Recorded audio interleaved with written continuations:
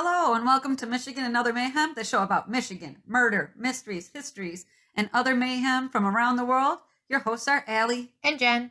Okay, Jen, let's do this thing. Hello, Jen. Allie. All right, guess what? What? Cue fake podcast music. Da-da-da-da-da-da. Dun, dun. See, you weren't expecting it, were you?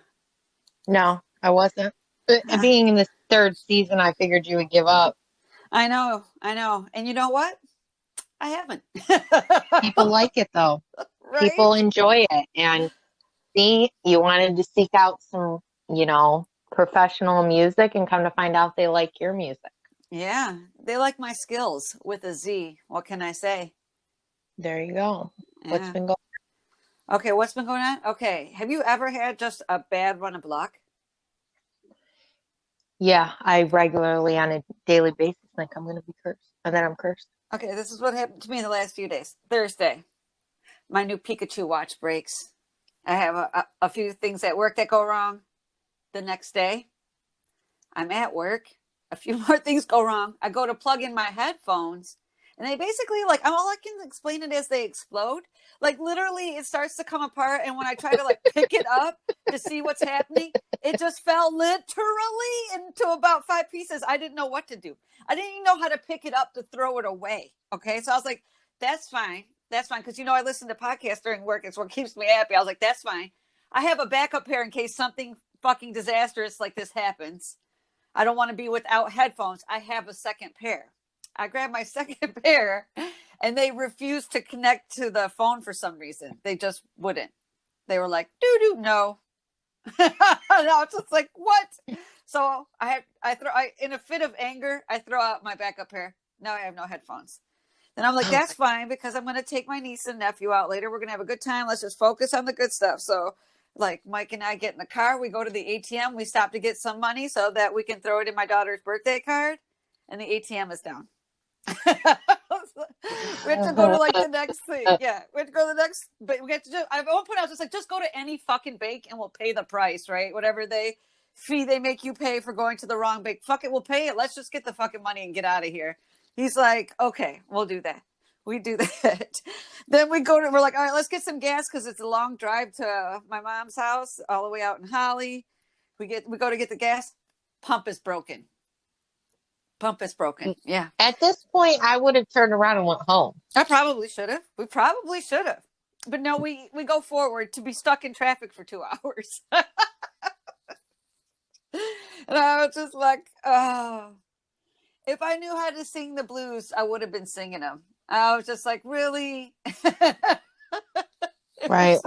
Yeah. What is the world trying to tell you? Yes. I'm like, yeah. And at one point we go to turn into a gas station. Okay. We're going to turn into one gas station originally. And there's this person riding a bike in front of it. And for some reason, the guy behind us, I don't know if he doesn't see the bike, but he honks at Mike to turn into the gas station, even though if he were to turn into the gas station, he'd run over the kid on the bicycle. And for some reason, he goes, okay, fuck it. I just won't stop at this gas station then. And then we stop at the next gas station and the pump is out. And I was just like, okay.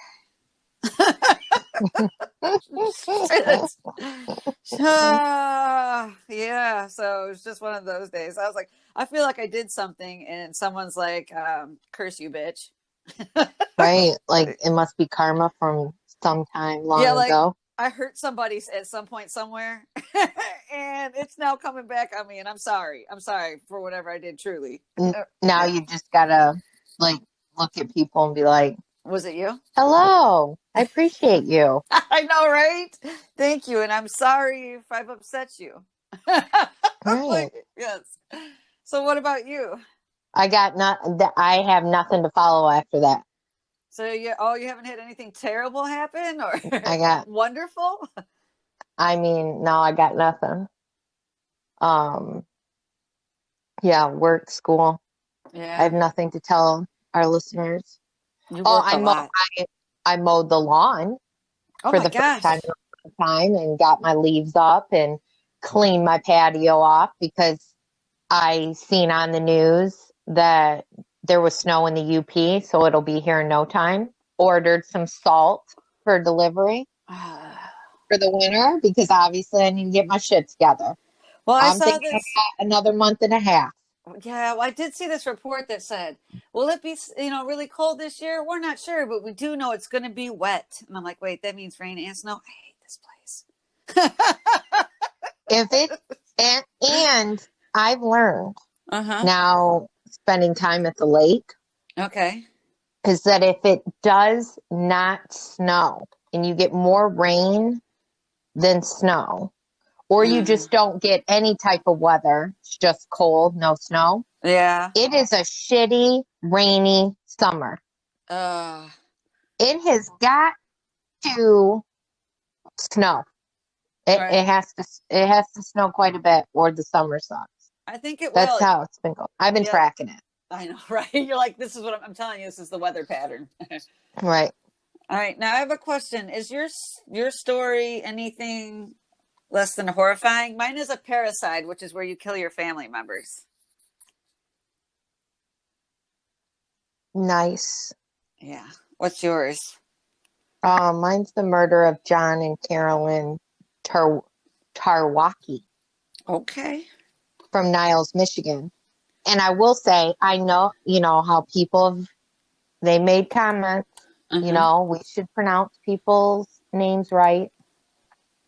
Even though if you're not doing this kind of thing, you don't realize that pronouncing people's names right, even though you desperately want to, it's just can be difficult.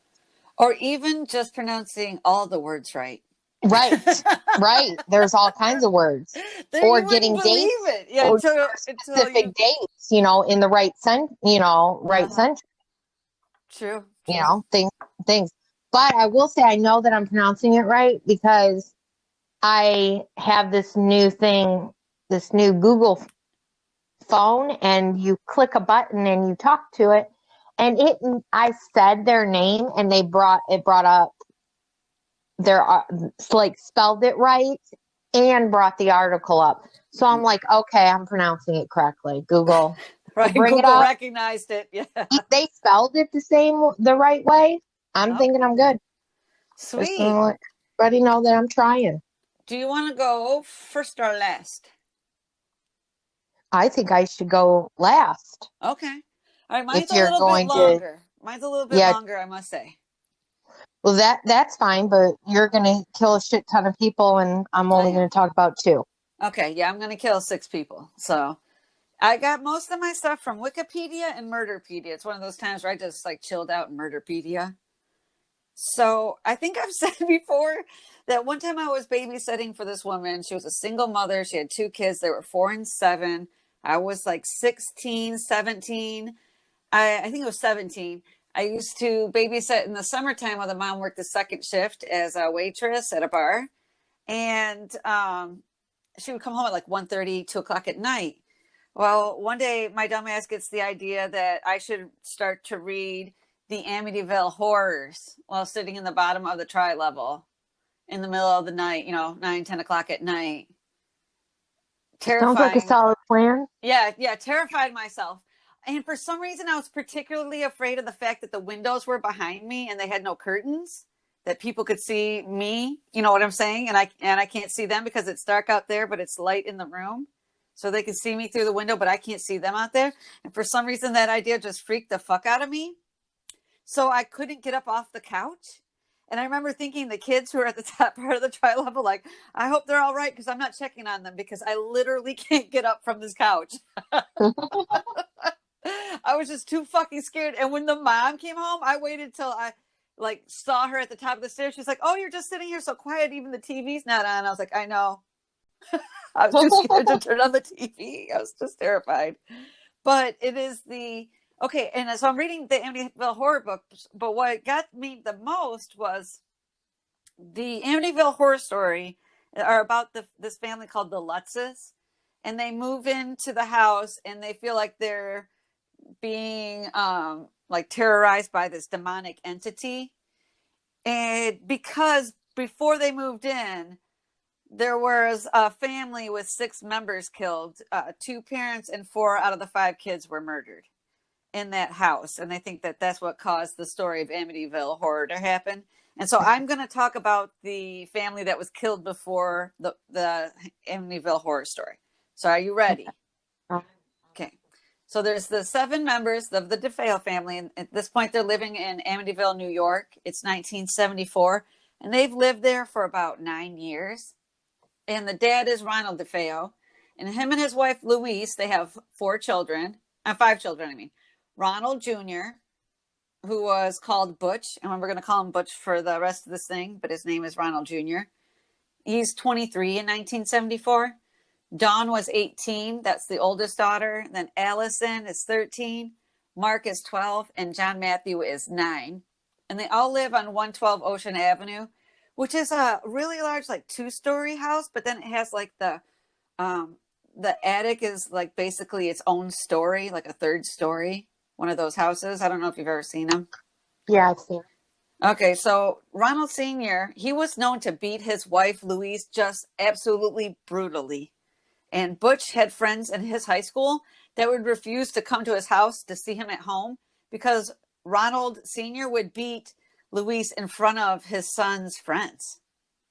So you'd be there visiting, and all of a sudden you just see the mom get her ass beat by the dad, and you're at just your friend's house. It was just horrifying.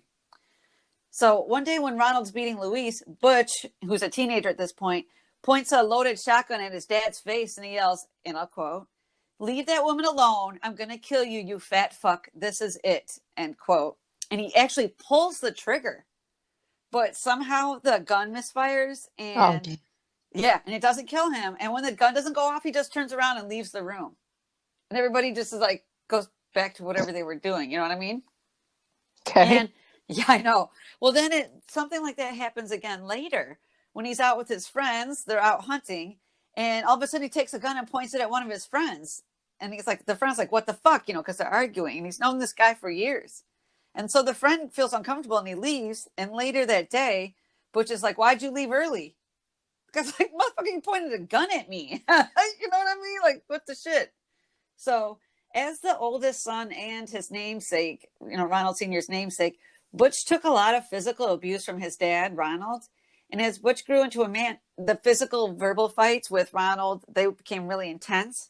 And Ronald and Louise started to take Butch to see a therapist without Ronald Sr. ever taking responsibility for his violent outbursts towards his family. So they're like, "Oh, look, he's messed up." But the dad's like, "Geez, I don't know why." You know what I'm saying? My God. I know, right? So Okay, so consequently, I think he's self-medicating because Butch starts to drink heavily and he becomes addicted to heroin. And he was a heavy user of methamphetamine and LSD. And at age 18, I think it's in 1970, he begins working at his grandfather's Buick dealership. And this is the same dealership that his dad works at. And even though Butch didn't put a lot of effort toward his job, he still received a check, and he received a weekly cash stipend from his dad. So he gets money for a job he does shittily, and then his dad also gives him extra cash, and they gave him a new car to drive around in. But, you know, he has this drug addiction, and it costs a lot of money, and he needs even more money than his parents are already, like, feeding him. And at the end of October 1974, when he's in his 20s, at this point about 23, Butch was asked to drop off a deposit at the bank for the dealership. And in total, he had about $20,000. And this is in 1974. That's a lot of fucking money. I mean, it's a lot now, but it's even more money in 1974. And he leaves for his errand with a coworker to take the money to the bank. And they don't come back for 2 hours. And when they do come back, they're like, "Oh my God, we couldn't deposit the money because we were robbed on the way to the bank." So Ronald Sr. calls the police and he's like, "Oh shit," you know, he believes that Butch has been robbed. But then as soon as the cops get there, Butch is acting like so suspicious.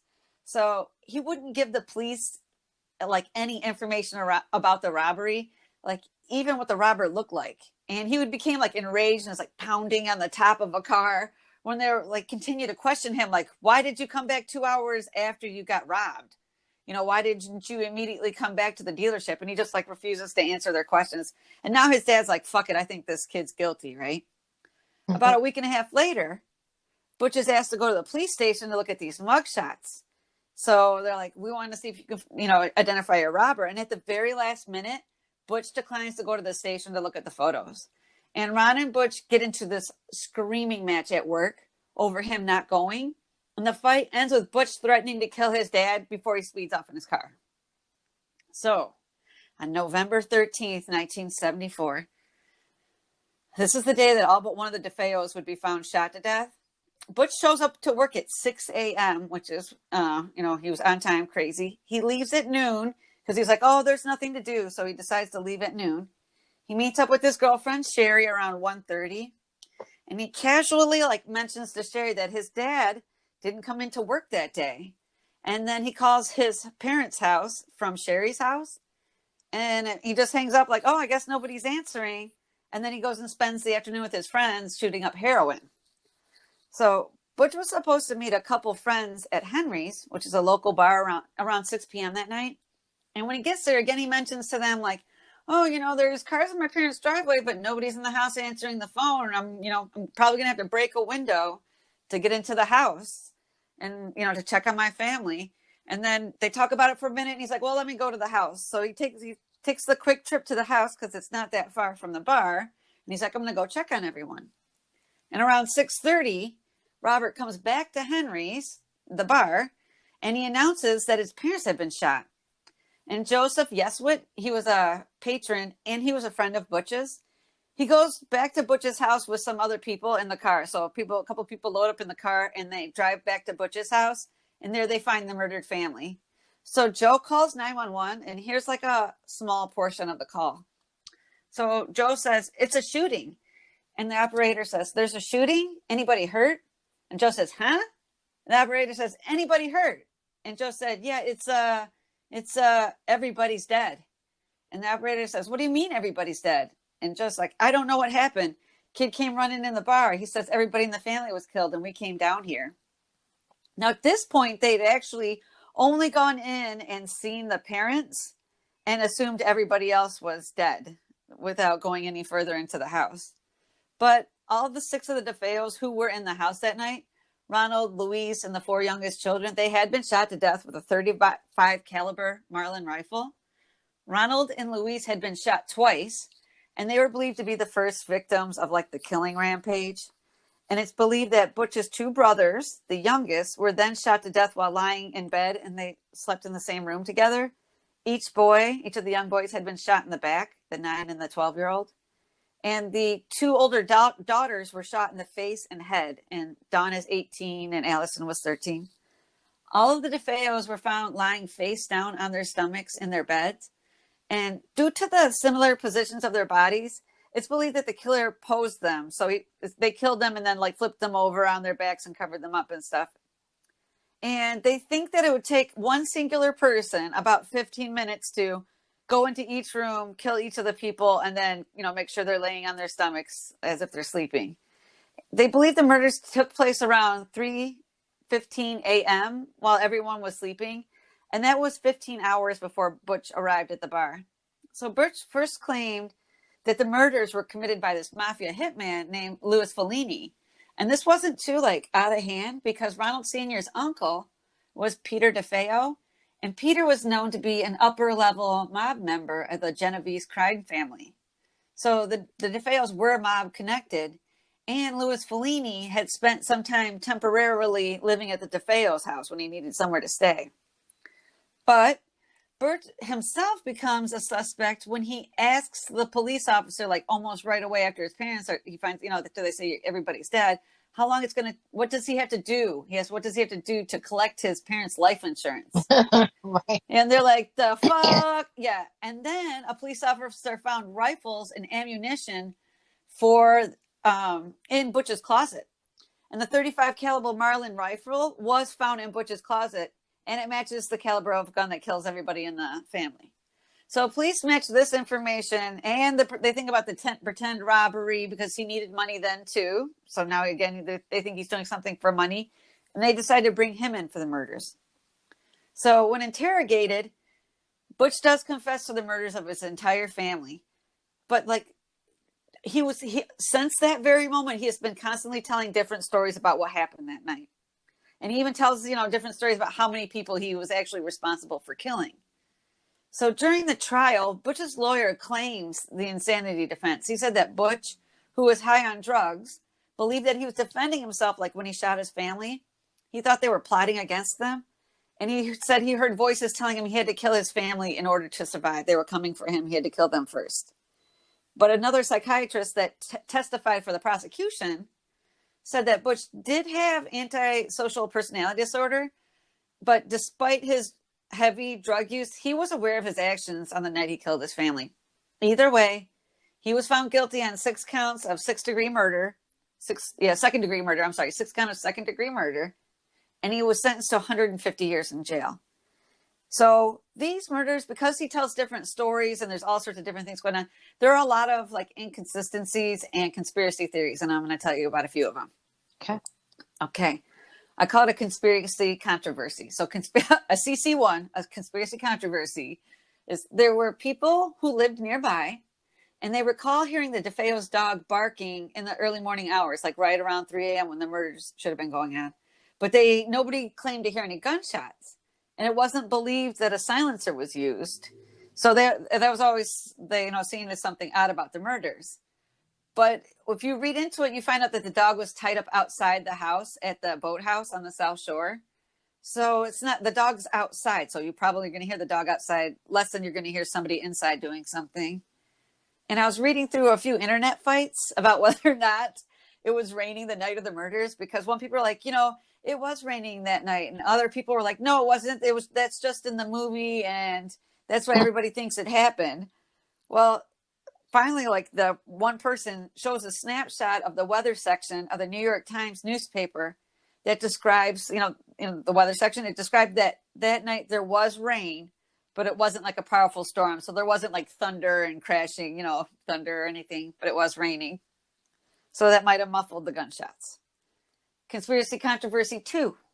According to the police, there wasn't any sign of a struggle from the murdered DeFeos, and there's no evidence that a sedative was used. So, meaning that after the first shot, the other family members should have woken up and shown some type of resistance. Like they either fought or tried to run away, but that's not what the evidence shows.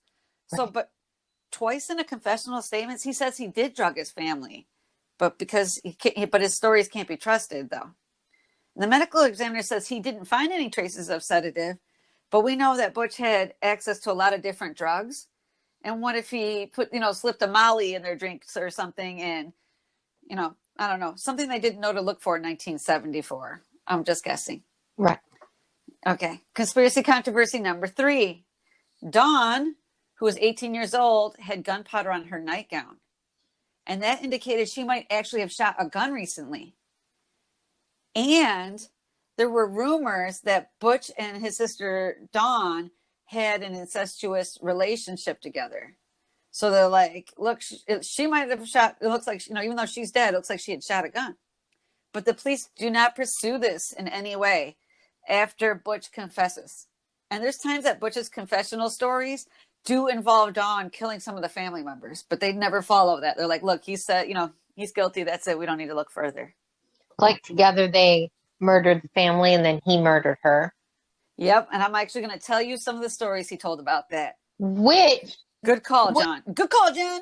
Which would make sense because that's when you were telling the story. That's what I was thinking. Like, all right, my family's being murdered. I'm in bed. I'm going to hear this. I'm going to get up. Right. Minimum get up. But 2 people could have covered that. Yeah, maybe you just did it real quick, right? By the time anybody starts to wake up and think like, what the fuck is that? They're already dead. Right. Okay, so conspiracy controversy 4. In a 1986 interview, Butch said his sister Dawn had actually started this whole thing when she shot her father. And that their mother Louise got upset at Dawn for this and shoots and kills Dawn. And then Butch gets mad at his mom and then shoots his mom. And then he said after that, he felt he had to shoot his other siblings because he didn't want to leave any witnesses. Why?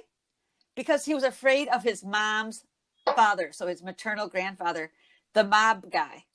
who was connected to the mob, and he didn't want to leave anybody who could identify him as the person that killed his mom.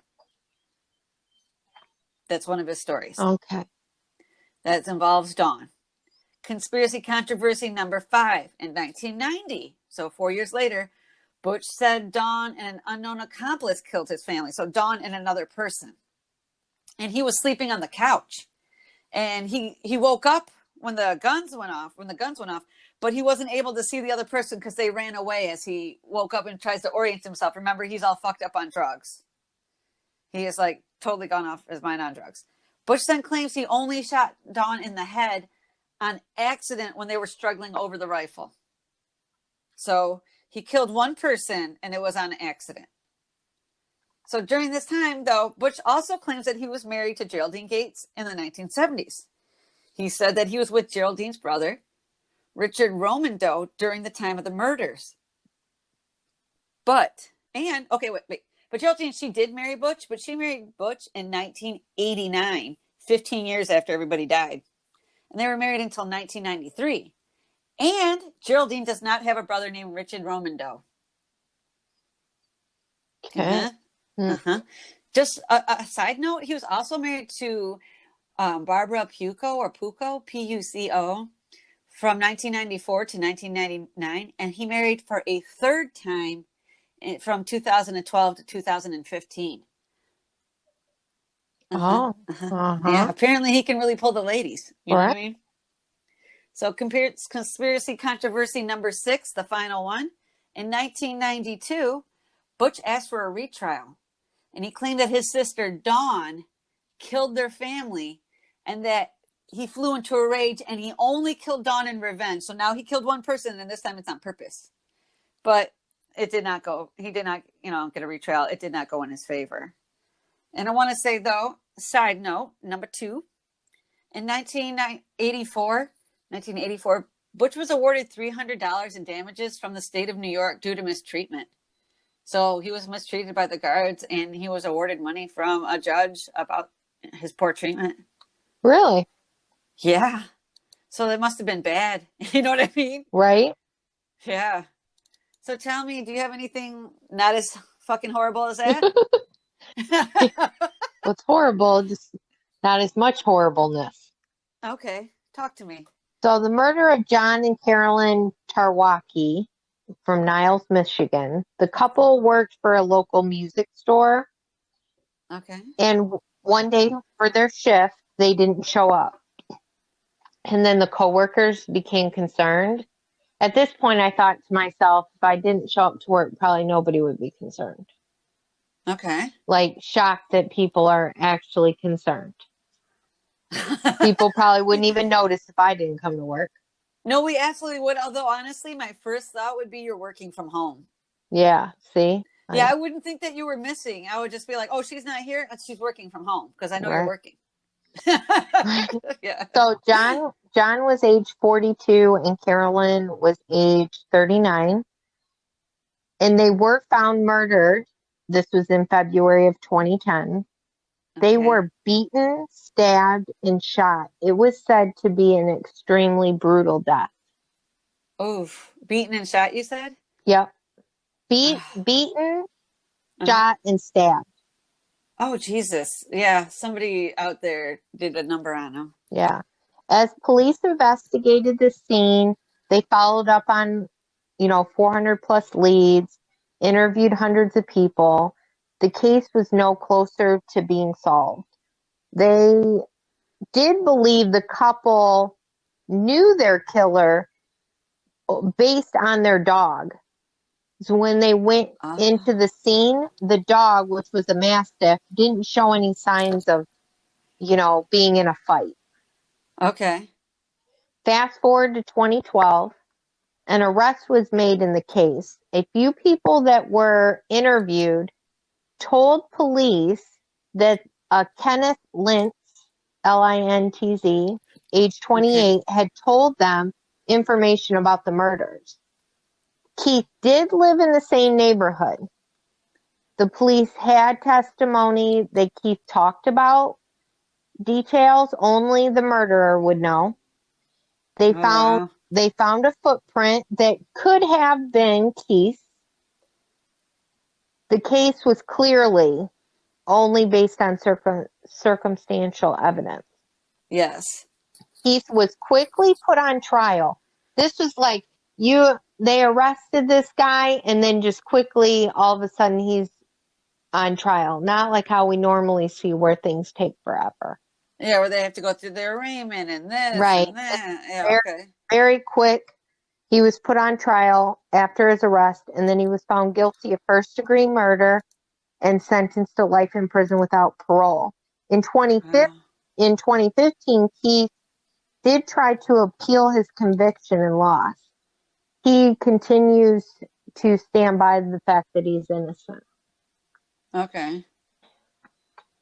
That is crazy. And I would say that if he is innocent, yeah, probably shouldn't be all going around talking about a murder.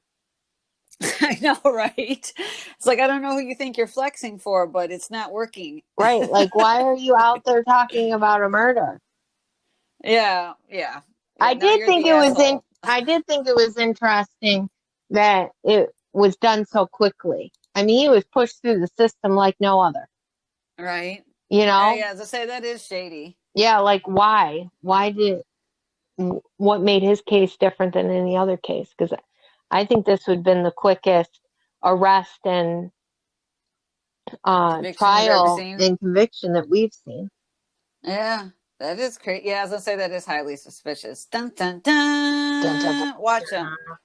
Exactly. All right, Jen. I will talk to you later. Contact us at Anchor or Michigan and Other Mayhem at gmail.com or on Facebook to join the conversation, listen to the podcast, or correct us when necessary. Rate and subscribe to our podcast on your favorite podcast provider. Bye-bye now.